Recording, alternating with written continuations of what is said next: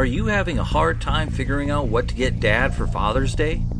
You should check out Row 1 Brand's Vintage Pictorum Gallery. They have America's best sports art. With over 7,200 historic sports prints, you're assured to find something unique for Dad this Father's Day. Instead of a boring old tie, get him a historic baseball photo taken by Henry High Sandom at the historic Polo Grounds Stadium in New York City during the 1894 Temple Cup. Or, if he's an NFL buff, check out the 1963 vintage NFL poster.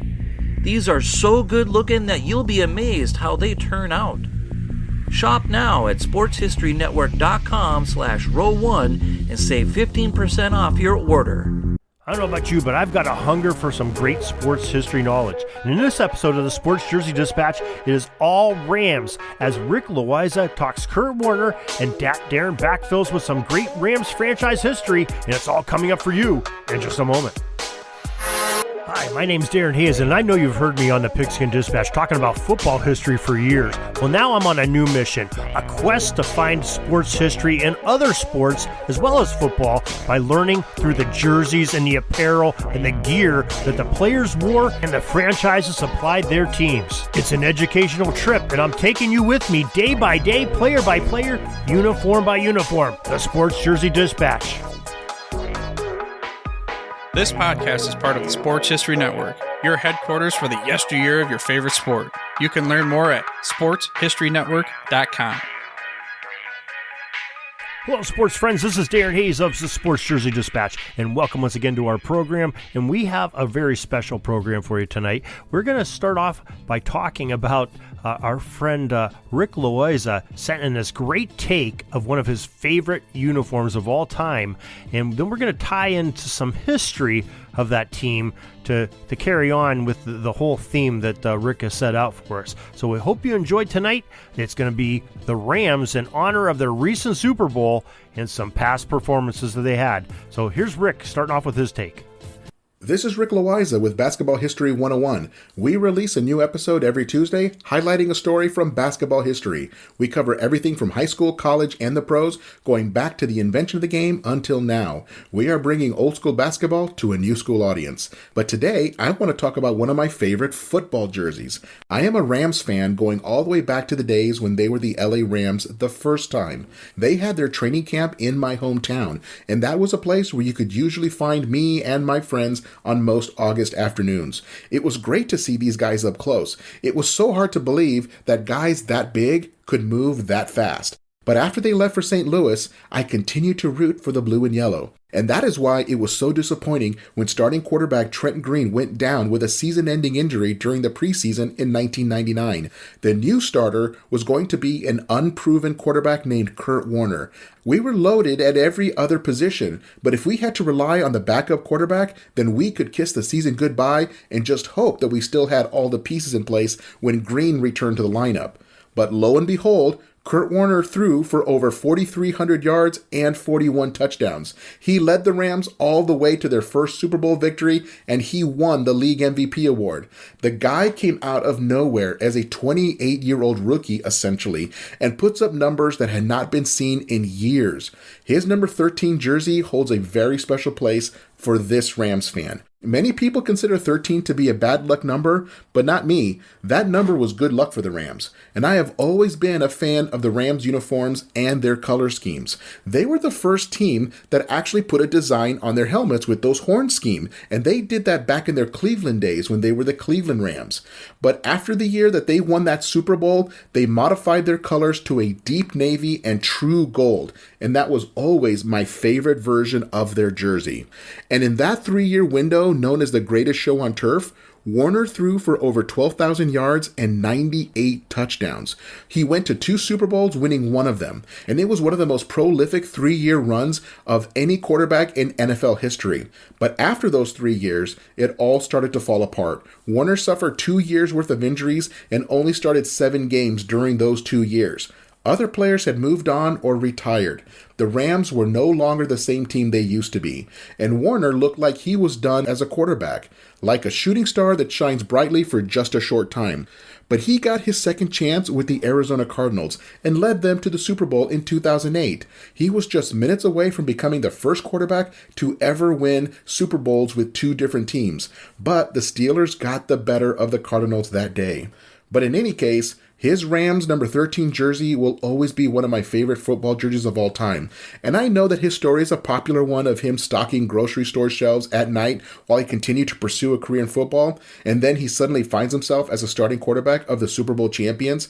It is obvious why they just made a movie about his story. It is a very compelling story, and that is the story of one of my favorite football jerseys. This is Rick Loiza with Basketball History 101. Take care, and see you soon. Rick Loiza, the Basketball History 101, thank you so much for that great take. Going outside of your sport of basketball, talking about some football with Kurt Warner, and some great observations on your part. Great uniform. But you really got me inspired here, and I wanted to talk a little bit about the Rams in honor of them winning a Super Bowl here, Super Bowl 56 this year. And the Los Angeles Rams were originally called the Cleveland Rams. And this was the first successful prolonged pro football franchise in the city of Cleveland. Organized by Damon Buzz Wetzel, the Ohio State Buckeye star fullback in 1936 when they joined the first American Football League. Their main financier and franchise owner was Homer H. Marshman. And they did all right, placing second, but financially tough times hit when the Boston franchise canceled the championship game of that first AFL.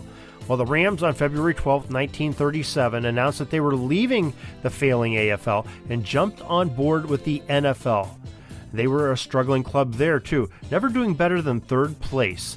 And so in 1941, Marshman sold his rights to the franchise to Daniel Reeves and Frederick Levy. Fortunes changed as they improved and eventually in 1945 won the NFL championship with a rookie quarterback, Bob Waterfield, Hall of Famer by the way. Well, the AAFC about that time was coming to town, and they had a local man, Paul Brown, as their coach. He was at Ohio State, was at Massillon, which is nearby Cleveland, and he came in with some great innovations and crapped up some great players. And the Rams said, we really don't want to have this competition in a town. We just won the NFL championship in 1945. Do we really want to have a competition with another league and another team and fighting for fans? And hey, let's go somewhere where there is no big-time professional football. There's some minor leaguers out there. Let's go out with the West, where the NFL had never been before, and they were excited to do so. So they went to Los Angeles and took that team there, that championship team there, and had no competition in LA, and they thrived in LA. Waterfield was soon given weapons like Tom Fears and Crazy Leg Hirsch, and soon a second star quarterback was on the roster, Norm Van Brocklin. They had some great success there with one of the most potent offenses of all time. Later on in the 1960s and early 1970s, there was a great defensive lines, manned by people like Rosie Greer, Merlin Olsen, Fred Dreyer, the fearsome foursome of those teams. And even the Dreyer and Olsen squads afterwards. The LA Rams even played in Super Bowl 13 with a quarterback named Vince Ferragamo. And some great defensive linebackers with the Youngbloods playing. But in the 1990s, it seems like the fandom of the City of Angels had other attractions to go to other than pro football, so the franchise packed up and moved to St. Louis. In Missouri, they assembled one of the top offenses in football history. The greatest show on turf with Kurt Warner slinging the ball to the likes of Marshall Faulk, Ricky Proehl, Isaac Bruce, Torrey Holt, as well as Zahir Hakim. And they won the club's first Super Bowl. Then Super Bowl 56, 2022, had all the magic again when they coupled their great defensive players of Aaron Donald and company with a new quarterback, Matthew Stafford. And they did make the Super Bowl a few years prior to that. They unfortunately, they lost that. But, this 2022 team was really the pinnacle of what recent LA football has been all about. And after they moved back from St. Louis back to LA. So, tremendous history that the LA Rams, St. Louis Rams, Cleveland Rams has had. And like Rick Loiza said, great uniforms. And speaking of their uniforms, did you know that the first logo of an NFL helmet is credited to the Rams by Fred Gerke, a running back with the Rams, on June 18, 1948, according to a PFRA article written by Peter Wisnowski for the organization's Coffin Corner publication in the year 2000. Gerke sat down in his garage during the summer of 1948 to paint a yellow lacquer on his team's leather helmets. He didn't realize at the time that he was creating a multi-million-dollar business and placing his name in football immortality as well. Peter V goes on to write that it was the blandness of the helmets and uniforms of the time that didn't sit well with the art major Gerke. He toyed with the idea of painting a helmet. Later, after expressing this and at the urging of his coach, Bob Snyder, Fred made a pen and ink drawing to illustrate what design he would like to put on the helmets. Coach Snyder suggested the halfback paint a helmet with the Rams horns on it, and he could present it to the owner, Dan Reeves. Using his skills as a technical illustrator, Fred painted 2 ram horns on an old college helmet. An intrigued Reeves had reservations about the legality of having an adornment on the helmet and said he would have to check with the NFL. And according to Gerke, the answer Reeves got back from the NFL is, "You're the owner, you can do what you want." The NFL doesn't say that anymore, do they? Well, that did it. Dan Reeves commissioned Fred Gerke to paint 75 helmets at $1 per helmet each.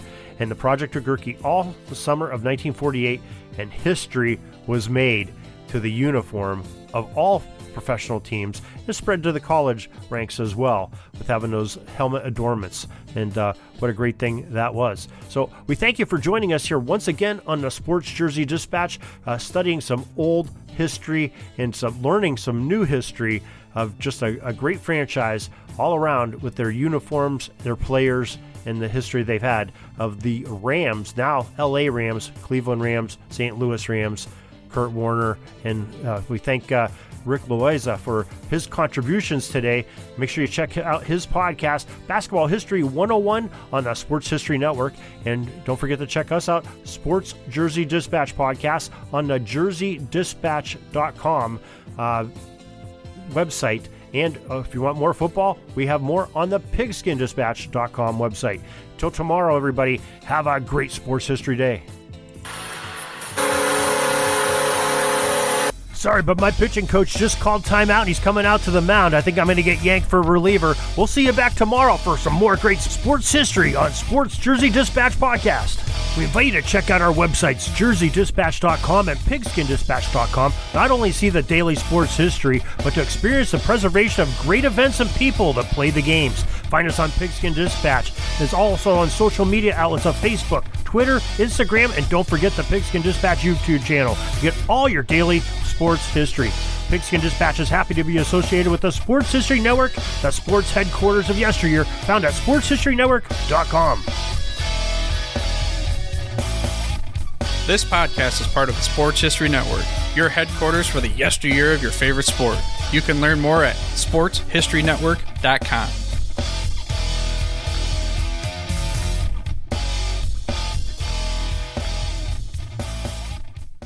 At the Sports History Network, we're all about sports yesteryear, and so we're so pleased to introduce you to Row 1, an online memorabilia gallery and shop that brings you sports history to life anywhere. The Row 1 gallery includes over 5,200 gorgeously reproduced prints of team posters, game program covers, game tickets, advertisements, and more in baseball, pro and college football, pro and college basketball, and more. And any gallery item may be printed in a variety of sizes on wood, metal, canvas, acrylic, or poster paper. And in Row 1 shop, check out the thousands more of unique items with the retro and historical designs dating back to 1876, including t-shirts, long sleeve shirts, phone cases, mugs, blankets, pillows, towels, and even shower curtains. Go to sportshistorynetwork.com, ROW1, for access to the full Row 1 catalog and for gallery prints and gift items, plus get a 15% discount off all prints on the Row 1 Pictorum Gallery with coupon code SHN15. Follow the link on the show notes.